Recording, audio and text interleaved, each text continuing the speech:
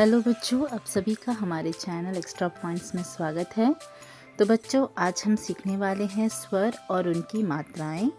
तो पहला स्वर है बच्चों आ।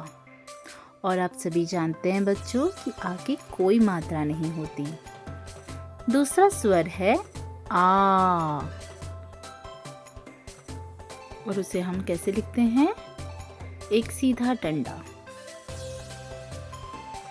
अगर हम किसी व्यंजन में इसका इस्तेमाल करें तो क में आ की मात्रा क्या होगा? वो का। अगला स्वर है हमारा इमली की ई। अब कैसे लिखेंगे हम? डंडा और ऊपर एक, और इसको अगर हम व्यंजन में करें तो क में छोटी ई की मात्रा की। अब अगला है स्वर बड़ी ई। और बड़ी ई को हम इस प्रकार लिखते हैं, बड़ी ई की मात्रा। और अगर हमें व्यंजन क में डालना है तो हम इसे करेंगे क में बड़ी ई की मात्रा की।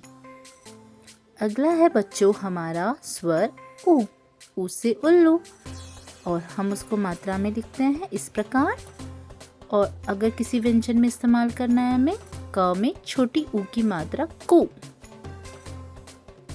अगला स्वर है बच्चों ऊ।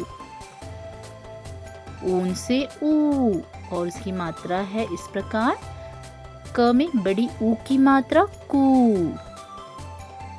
अगला है री। री की मात्रा इस प्रकार नीचे लगाया जाता है बच्चों किसी भी व्यंजन में।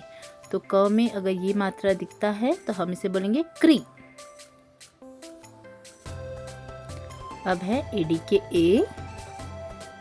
ए को इस प्रकार लिखा जाता है, और अगर हम किसी व्यंजन में डालें तो क में ए की मात्रा के।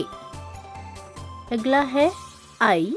ऐनक के आई, और इसे हम इस प्रकार मात्रा लिखते हैं, क में आई की मात्रा कई।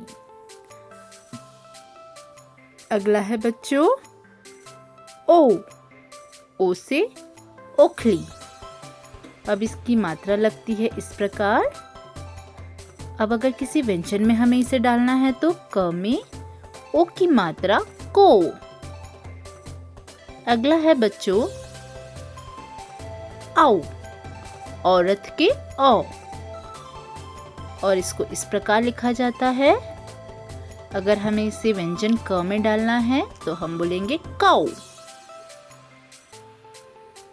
अगला स्वर है बच्चों अम।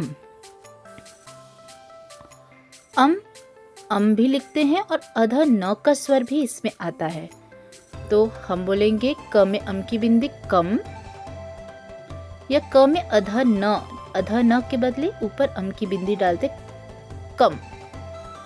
अगला है हमारा स्वर आहा, जो हमारा आखिरी स्वर है, और इसे हम इस प्रकार लिखते हैं, क में अगर दो बिंदु लग जाए तो ये हो जाएगा कहा।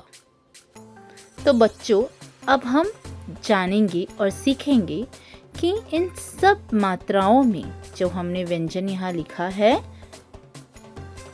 उससे कौन कौन से शब्द बन सकते हैं। अब क यहाँ पे कोई मात्रा नहीं है, तो हम एक शब्द बना सकते हैं कल।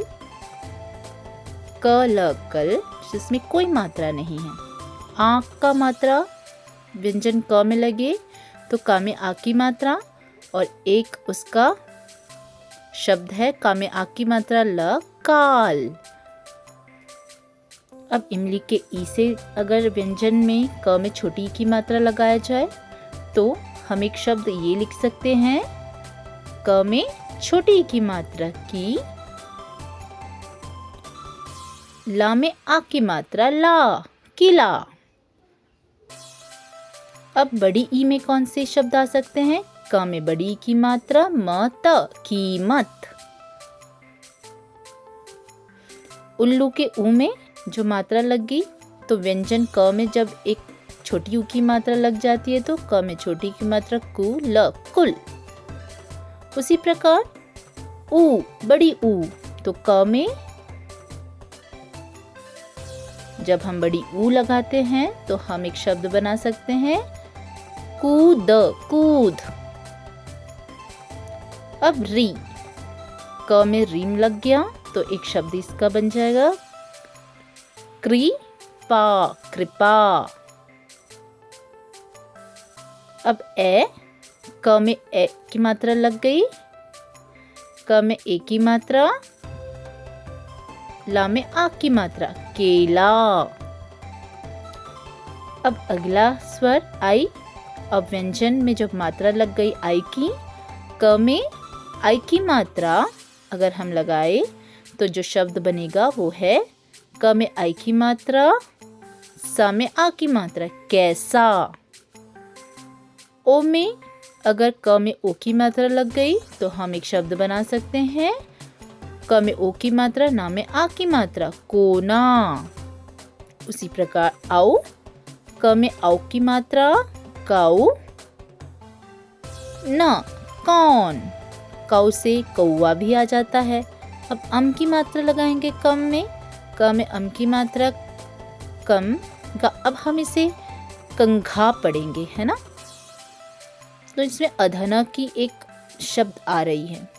तो अब कह में जो है, ऐसे तो अंत में कोई शब्द में बनता, लेकिन हम लोग अतः, त में अह की मात्रा लग गई, अतः। तो इस प्रकार हम बहुत सारे हमारे हर एक व्यंजन में हम इन पूरी मात्राओं को लगा सकते हैं। तो बच्चों, मैं आशा करती हूँ आपको यह बहुत अच्छा लगा हो। धन्यवाद देखने के लिए।